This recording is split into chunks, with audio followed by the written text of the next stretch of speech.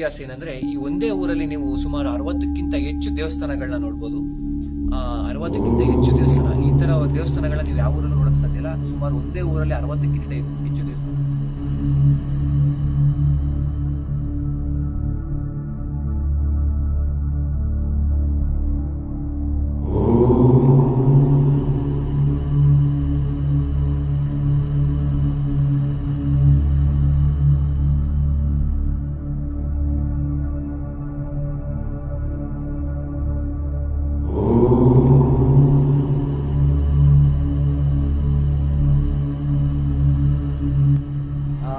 Welcome to darling blogs and info. ನಾನು ನಿಮ್ಮ ಪ್ರೀತಿಯ ಹೇಮಂತ್ ಅಲಿಯಾಸ್ ಹೇಮು ಡಾರ್ಲಿಂಗ್. ಇವತ್ತೇನು ಈ ಥರ ಸ್ಪೆಷಲ್, ಈ ಥರ ಲುಕ್ಕಲ್ಲಿ ಕಾಣ್ತಾ ಇದ್ದೀನಿ ಅಂತ ಯೋಚನೆ ಮಾಡ್ತಾ ಇದ್ದೀರಾ?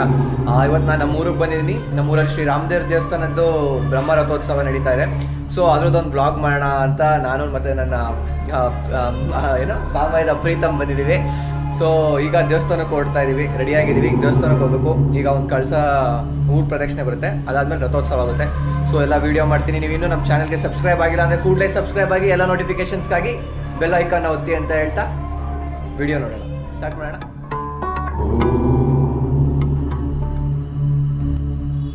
ಚನ್ನಪಟ್ಟಣ ತಾಲೂಕು ಕೂಡ್ಲೂರು ಗ್ರಾಮದ ಶ್ರೀರಾಮದೇವರ ದೇವಸ್ಥಾನ. ಈ ರಾಮದೇವರು ಶಂಖಚಕ್ರ ಗದಾಧಾರಿಯಾಗಿ ಇಲ್ಲಿ ನೆಲೆಸಿರುತ್ತಾರೆ. ಈ ದೇವಸ್ಥಾನಕ್ಕೆ 1200 ವರ್ಷಗಳ ಇತಿಹಾಸವಿದೆ.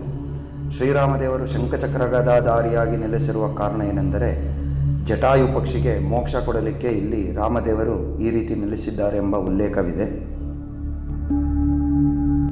ಸೀತಾಮಾತೆಯು ಮಹಾಲಕ್ಷ್ಮಿ ರೂಪದಲ್ಲಿ ಪ್ರಾಕಾರದಲ್ಲಿ ನೆಲೆಸಿರುತ್ತಾರೆ. ಹಾಗೆ ಈ ದೇವಸ್ಥಾನವು ಯಾಜ್ಞವಲ್ಕ್ಯ ಋಷಿಗಳ ಆರಾಧನೆ. ಯಾಜ್ಞವಲ್ಕ್ಯ ಋಷಿಗಳು ಲೋಕ ಕಲ್ಯಾಣಾರ್ಥಕ್ಕಾಗಿ ಬೃಹದಾಕಾರದ ಹೋಮಕುಂಡವನ್ನು ನಿರ್ಮಿಸಿ ಯಜ್ಞ ಮಾಡಿದಂಥ ಸ್ಥಳ ಇಲ್ಲಿ ಇದೆ. ಆ ಜಾಗವನ್ನು ಈಗಲೂ ಸಹ ವಿಭೂತಿ ದಿಣ್ಣೆ, ಬೂದಿ ತಿಟ್ಟು ಅಂತಲೇ ಕರೀತಾರೆ.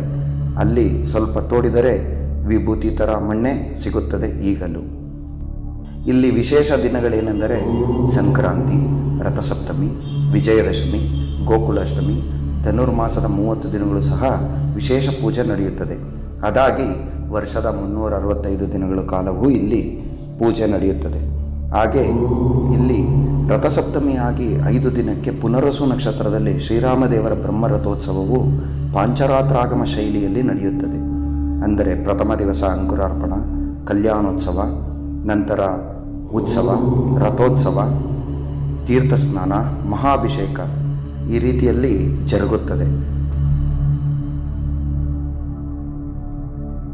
ಇನ್ನೊಂದು ವಿಶೇಷ ಏನಂದ್ರೆ, ಇಲ್ಲಿ ರಥೋತ್ಸವ ಸ್ಟಾರ್ಟ್ ಆಗೋಕ್ಕೂ ಮುಂಚೆ ಫಸ್ಟ್ ನಮ್ಮನೆ ಅಭಿಷೇಕ ಆಗುತ್ತೆ. ನಂತರ ನಮ್ಮನೆ ಅಭಿಷೇಕ ಮಾರನೇ ದಿನ ಕಲ್ಯಾಣೋತ್ಸವ, ಅದಾದ್ಮೇಲೆ ಪ್ರಾಕಾರೋತ್ಸವ ಆಗುತ್ತೆ ನೆಕ್ಸ್ಟ್ ಡೇ. ಅದಾದ ನೆಕ್ಸ್ಟ್ ಡೇಗೆ ರಥೋತ್ಸವ. ರಥಸಪ್ತಮಿಯಾಗ 5 ದಿನಕ್ಕೆ ರಥೋತ್ಸವ ಆಗೋದು.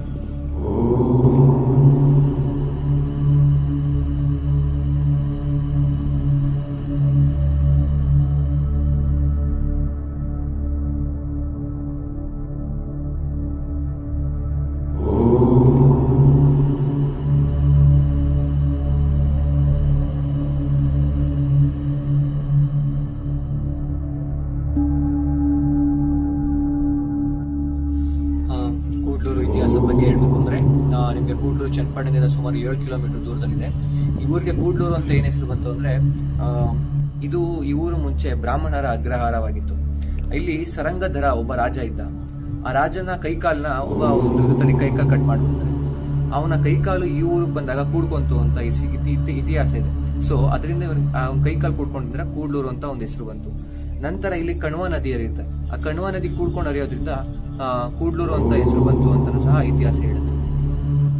ಈ ಕೂಡ್ಲೂರು ಪ್ರದೇಶ 11ನೇ ಶತಮಾನದಲ್ಲಿ ರಾಜರಾಜ ಚೋಳ ಅವರಿಂದ ಆಳ್ವಿಕೆ ನಡೀತಾ ಇತ್ತು. ಅದನ್ನ ಇವರು ಹೈದರಾಲಿ ಫಕೀರನಿಗೆ ಇನಾಮಾಗಿ ಕೊಡ್ತಾರೆ ಅಂತಾನು ಸಹ ಇತಿಹಾಸ ಹೇಳುತ್ತೆ. ಇಲ್ಲಿ ಸಿಕ್ಕಿರುವಂತಹ ಏನಂತಾರೆ ಕಲ್ಲುಗಳು ಸಿಗುತ್ತಲ್ಲ, ಇತಿಹಾಸ ಕಲ್ಲು. ಆ ಇತಿಹಾಸ ಕಲ್ಲಲ್ಲಿ ಈ ರಾಜರಾಜೇಂದ್ರ ಚೋಳ ಅದನ್ನ ಅವರಿಗೆ ಗಿಫ್ಟ್ ಆಗಿ ಕೊಡ್ತಾನೆ ಅಂತಾನು ಸಹ ಇತಿಹಾಸ ಹೇಳುತ್ತೆ. ಇಲ್ಲಿ ರಥಸಪ್ತಮಿ ಮತ್ತು ಸಂಕ್ರಾಂತಿ ಹಬ್ಬದಲ್ಲಿ ಬಹಳ ವಿಜೃಂಭಣೆಯಿಂದ ಉತ್ಸವ ಎಲ್ಲ ಆಗುತ್ತೆ. ರಥಸಪ್ತಮಿಯಾದ 5 ದಿನಕ್ಕೆ ಇಲ್ಲಿ ಬ್ರಹ್ಮ ರಥೋತ್ಸವ ಆಗುತ್ತೆ. ಆ ಬ್ರಹ್ಮ ರಥೋತ್ಸವ ಬಹಳ ವಿಜೃಂಭಣೆಯಿಂದ ಆಗುತ್ತೆ. ಒಂದು 6 ರಥೋತ್ಸವನೇ ಈಗ ನಡೀತಾ ಇರೋದು. ರಥಸಪ್ತಮಿಯಾಗ ಆಗಿ 5 ದಿನಕ್ಕೆ ಈ ರಥೋತ್ಸವ ನಡೆಯುತ್ತೆ. ಆಮೇಲೆ ಈ ಊರಿನ ಇನ್ನೊಂದು ಇತಿಹಾಸ ಏನಂದ್ರೆ, ಈ ಒಂದೇ ಊರಲ್ಲಿ ನೀವು ಸುಮಾರು 60ಕ್ಕಿಂತ ಹೆಚ್ಚು ದೇವಸ್ಥಾನಗಳನ್ನ ನೋಡ್ಬೋದು. 60ಕ್ಕಿಂತ ಹೆಚ್ಚು ದೇವಸ್ಥಾನ. ಈ ತರ ದೇವಸ್ಥಾನಗಳನ್ನ ನೀವು ಯಾವ ಊರಲ್ಲೂ ನೋಡಕ್ ಸಾಧ್ಯ ಇಲ್ಲ. ಸುಮಾರು ಒಂದೇ ಊರಲ್ಲಿ 60ಕ್ಕಿಂತ ಹೆಚ್ಚು ದೇವಸ್ಥಾನ, ಅದರಲ್ಲಿ ತುಂಬಾ ಆಕಾರದಲ್ಲಿ ಮತ್ತು ಪ್ರಾಕಾರದಲ್ಲಿ ದೊಡ್ಡದಾಗಿರೋದು ಈ ರಾಮದೇವ್ರ ದೇವಸ್ಥಾನ. ಅದು ಬಿಟ್ಟರೆ ಸುಮಾರು ಊರು ತುಂಬಾ ಒಂದು 60 ದೇವಸ್ಥಾನಗಳನ್ನ ನೀವು ನೋಡ್ಬೋದು. ಮತ್ತೆ ನೀವು ಇಲ್ಲಿ ಇನ್ನೊಂದು ದೇವಸ್ಥಾನ ಇದೆ, ನೀವು ತಲಕಡಲ್ಲಿ ಹೇಗೆ ಪಂಚಲಿಂಗೇಶ್ವರನ ದೇವಸ್ಥಾನ ನೋಡ್ತಿರೋ ಹಂಗೆ ಇಲ್ಲೂ ಸಹ 5 ಲಿಂಗ ಪಂಚಲಿಂಗಗಳ ದರ್ಶನ ಸಹ ಇಲ್ಲಿ ನೀವು ಮಾಡ್ಬೋದು. ಅದನ್ನ ನೆಕ್ಸ್ಟ್ ಇನ್ನೊಂದು ವಿಡಿಯೋ ಮಾಡ್ತೀನಿ, ಆವಾಗ ತೋರಿಸ್ತೀನಿ ಆ ದೇವಸ್ಥಾನದ ಇತಿಹಾಸ ಮತ್ತು ಆ ದೇವಸ್ಥಾನದ ಬಗ್ಗೆ ಸಹ ಹೇಳ್ತೀನಿ. ಸದ್ಯಕ್ಕೆ ಈಗ ಶ್ರೀರಾಮದೇವರ ರಥೋತ್ಸವದ ಬಗ್ಗೆ ನಿಮ್ಗೆ ಇನ್ಫಾರ್ಮೇಶನ್ ಕೊಡ್ತೀನಿ. ಹಾಗೆ ಈ ದೇವಸ್ಥಾನ ಚನ್ನಪಟ್ಟಣ ತಾಲೂಕಿನಲ್ಲಿ ಪಂಚಕ್ರೋಶ ಎಂಬ ಒಂದು ಉಲ್ಲೇಖವಿದೆ. ಪಂಚಕ್ರೋಶ ಎಂದರೆ 5 ಶಿವಾಲಯ, 5 ವಿಷ್ಣು ದೇವಾಲಯ, ಅದರಲ್ಲಿ ಈ ದೇವಾಲಯವು ಸಹ ಸೇರಿದೆ. ಹಾಗೆ ಈ ಊರಿನಲ್ಲಿ ಮತ್ತೊಂದು ದೇವಸ್ಥಾನವಿದೆ, ಶಿವಾಲಯ ಮಂಗಳೇಶ್ವರ ಅಂತ.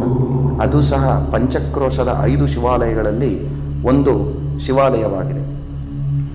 ಈ ಊರಿನಲ್ಲಿ ರಥೋತ್ಸವವನ್ನು ಎಲ್ಲ ಕೋಮಿನವರು ಸೇರಿ ಬಲು ವಿಜೃಂಭಣೆಯಿಂದ ಜರುಗಿಸುತ್ತಾರೆ.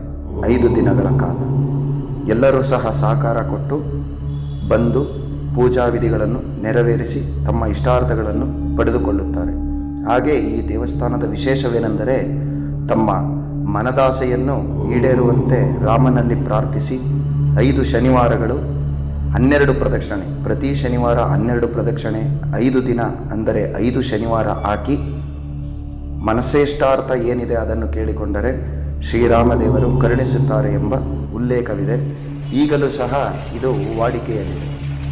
ಅವರಿಗೆ ಏನಾದರೂ ಒಂದು ಕೆಲಸ ಆಗಬೇಕೆಂದರೆ ಅದನ್ನು ಮನದಲ್ಲಿ ನೆನೆಸಿಕೊಂಡು ಶನಿವಾರ ಪ್ರಾತಃ ಕಾಲ ಬಂದು 12 ಪ್ರದಕ್ಷಿಣೆ ಮಾಡಿ ದೇವರಿಗೆ ಒಂದು ಪೂಜೆ ನೆರವೇರಿಸಿದರೆ 5ನೇ ಶನಿವಾರ ಮುಗಿಯುವಷ್ಟರಲ್ಲಿ ಅವರ ಇಷ್ಟಾರ್ಥಗಳು ಈಡೇರುತ್ತದೆ ಎಂಬ ಉಲ್ಲೇಖವಿದೆ.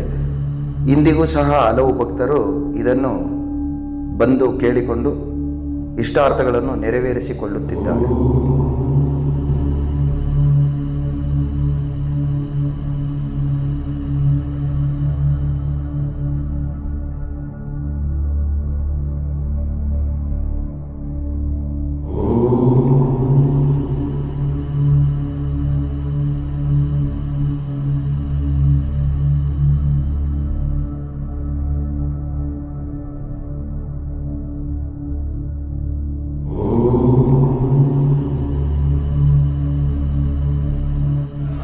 ಅಂತೂ ಇಂತೂ ರಥೋತ್ಸವ ಊರು ತುಂಬ ಒಂದು ರೌಂಡ್ ಬಂದಾಯಿತು. ಈಗ ಚೌಡೇಶ್ವರಿ ದೇವಸ್ಥಾನ ಹತ್ರ ನಿಲ್ಲಿಸಿದ್ವಿ. ಇನ್ನು ಮಧ್ಯಾಹ್ನ ಮತ್ತೆ ಸ್ವಲ್ಪ ತಂಪಾದ್ಮೇಲೆ ತೇರು ಮತ್ತೆ ಎಳಿತಾರೆ. ಊರು ಸುತ್ತ ಒಂದು ಪ್ರದಕ್ಷಿಣೆ ಬಂದಾಯಿತು. ಈಗ ದೇವಸ್ಥಾನಕ್ಕೆ ಹೋಗ್ತಾ ಇದೀವಿ. ಮತ್ತೆ ಪ್ರಸಾದ ತಿನ್ನೋಕ್ಕೆ, ಬೆಳಿಗ್ಗೆ ಏನು ತಿಂಡಿನೇ ತಿಂದಿಲ್ಲ, ಫುಲ್ಲು ಬಿಸಿಲು, ಪೂಜೆ ಎಲ್ಲ ಮಾಡ್ತಾ ಇದ್ವಿ. ಈಗ ಊಟ ಮಾಡೋಕ್ಕೆ ದೇವಸ್ಥಾನಕ್ಕೆ ಹೋಗ್ತಾ ಇದೀವಿ. ಸಿಗೋಣ ಇನ್ನು ಲಾಸ್ಟ್ ಮತ್ತೆ ತೇರು ಎಳಿಬೇಕು.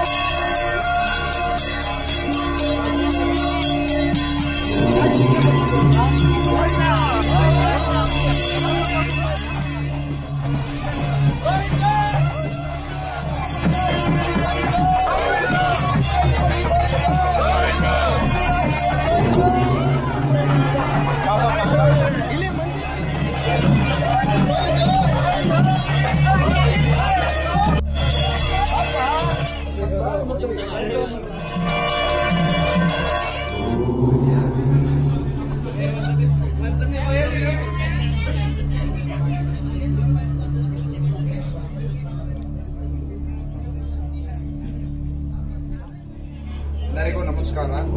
ಚನ್ನಪಟ್ಟಣ ತಾಲೂಕು ಕೂಡೂರು ಶ್ರೀರಾಮದೇವರ ದೇವಸ್ಥಾನ. ಈ ದೇವಸ್ಥಾನ 1200 ವರ್ಷ ಹಳೆಯದಾಗಿದೆ. ಇದು ಬಂದು ಚೋಳರ ಕಾಲದ ದೇವಸ್ಥಾನ. ಹಾಗೆ ಇಲ್ಲಿ ಬಂದು ಶ್ರೀರಾಮದೇವರು ಶಂಖಚಕ್ರ ಗದಾಧಾರಿಯಾಗಿ ನೆಲೆಸಿದ್ದಾರೆ. ಸೀತಾಮಾತೆ ಮಹಾಲಕ್ಷ್ಮಿ ರೂಪದಲ್ಲಿ ಪ್ರಾಕಾರದಲ್ಲಿ ಬಲಭಾಗದಲ್ಲಿ ನೆಲೆಸಿದ್ದಾರೆ. ಹಾಗೂ ಈ ಊರನ್ನು ಈಗ ಕೂಟೂರು ಅಂತ ಕರೀತಾರೆ. ಪೂರ್ವದಲ್ಲಿ ಈ ಊರನ್ನು ರಾಜರಾಜ ಚತುರ್ವೇದ ಮಂಗಳ ಅಂತ ಕರೀತಾ ಇದ್ರು. ಹಾಗೆ ಈ ನಮ್ಮ ರಾಮದೇವರ ಫೋಟೋನ 150 ವರ್ಷದ ಹಿಂದಿನ ಕಾಲದಲ್ಲೇ ಬ್ರಿಟಿಷ್ ಅವರು ಫೋಟೋ ತಗೊಂಡು ಇಟ್ಟಿದ್ದು ಈಗಲೂ ಮೈಸೂರು ಲೈಬ್ರರಿಲಿದೆ. ಹಾಗೆ ಇಲ್ಲಿ ವಿಶೇಷ ದಿನ ಅಂದ್ರೆ ನ್ಯೂ ಇಯರ್ ಸೆಲೆಬ್ರೇಷನ್ ಆಗಲಿ, ಅಂದ್ರೆ ಹೊಸ ವರ್ಷಾಚರಣೆ, ಯುಗಾದಿ, ರಥಸಪ್ತಮಿ ಆದ 5 ದಿನಕ್ಕೇನೆ ಪುನರ್ಸು ನಕ್ಷತ್ರದಲ್ಲಿ ರಾಮದೇವರ ಬ್ರಹ್ಮರಥೋತ್ಸವ ನಡೆಯುತ್ತೆ. ಎಲ್ಲರ ಸಹಕಾರದಿಂದ ವಿಜೃಂಭಣೆಯಿಂದ 5 ದಿನಗಳ ಕಾಲ ಶ್ರೀರಾಮದೇವರ ಬ್ರಹ್ಮರಥೋತ್ಸವ ನಡೆಯುತ್ತದೆ. ಪ್ರಥಮ ದಿವಸ ಅಂಕುರಾರ್ಪಣ, ದ್ವಿತೀಯ ದಿವಸ ಕಲ್ಯಾಣೋತ್ಸವ, ತೃತೀಯ ದಿವಸ ಉತ್ಸವ, 4ನೇ ದಿವಸ ಬ್ರಹ್ಮೋತ್ಸವ, 5ನೇ ದಿವಸ ಅವಭೃತ ಸ್ನಾನ ಮತ್ತು ಮಹಾಭಿಷೇಕ ನಡೆಯುತ್ತದೆ. ಇಲ್ಲಿ ಎಲ್ಲಾ ಕೋಮಿನ ಜನರು ಬಂದು ದೇವರ ಕೃಪೆಗೆ ಪಾತ್ರರಾಗುತ್ತಾರೆ. ಇಲ್ಲಿ ಸಹಸ್ರಾರು ಜನ ಪಾಲ್ಗೊಂಡು ರಥೋತ್ಸವದಲ್ಲಿ ಬಹು ವಿಜೃಂಭಣೆಯಿಂದ ಜರುಗಿಸಿಕೊಡುತ್ತಾರೆ. ಧನ್ಯವಾದಗಳು. ಜೈ ಶ್ರೀರಾಮ್.